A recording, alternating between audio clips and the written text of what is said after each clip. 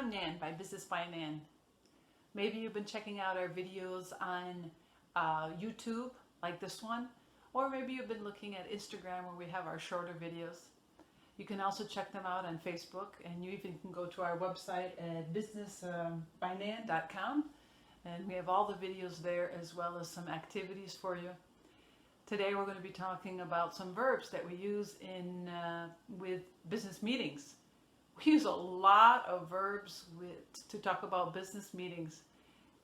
You think that we could just use have or make or do, but we use different verbs and some phrasal verbs. So it's kind of important, and I have also put them up into sentences so that you can use them starting today. So instead of saying to make a meeting, because we can't really say that, I wrote it on my poster board just so you understand.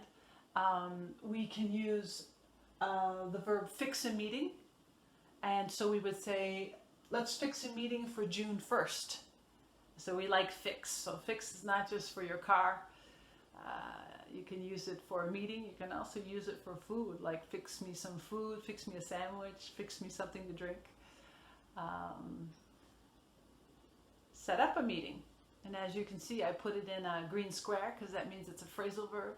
We like this one, set up a meeting. We have to set up a meeting with maybe one of our clients, with a partner. Could you please set it up for Tuesday the 13th? So you can give a specific day as well. Let me give him a call and set up a meeting for next week.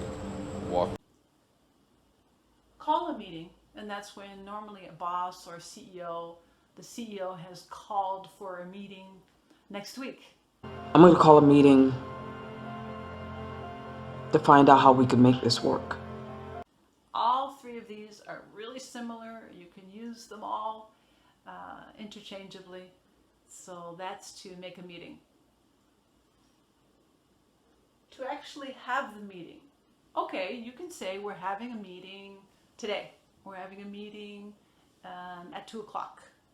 But we like to use the word or the verb hold a meeting. And so we would say the meeting is held, and we like to use it in passive voice. So we can say we can hold the meeting in room 201, but we is not that important. So we take out we and use passive voice. The meeting is held in room 201. This is very common, not only for meetings. You can use this for the conference is held in Las Vegas. The seminar is held at the university.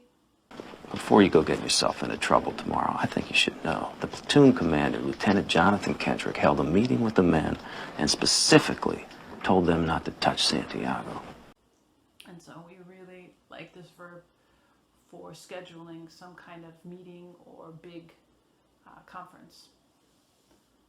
Sometimes you have to change the meeting time, and once again we have two phrasal verbs that are in green boxes. The first one is to bring forward, and so maybe you have a meeting that's for Friday and you realize, okay, we have to do this meeting a little bit sooner. So we use the phrasal verb to bring forward.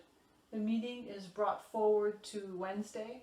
I used it again in passive voice, but I could say we need to bring forward the meeting to Wednesday. You see, Adam, there are some suggestions that are to be brought forward. And I know you said you would entertain suggestions. And that's all anybody here is asking you to do.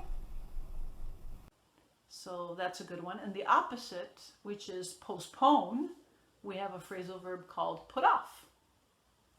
So let's put the meeting off until tomorrow. We know phrasal verbs are kind of interesting because you can sometimes separate them, or a lot of times you can. So we could say this in two different ways. We could say, let's put the meeting off, or let's put off the meeting until tomorrow. So you actually have the two options, and the put off means postpone and is the opposite of bring forward. You put off the really important stuff till later, and pretty soon before you know it, there's no more time left and you've blown it.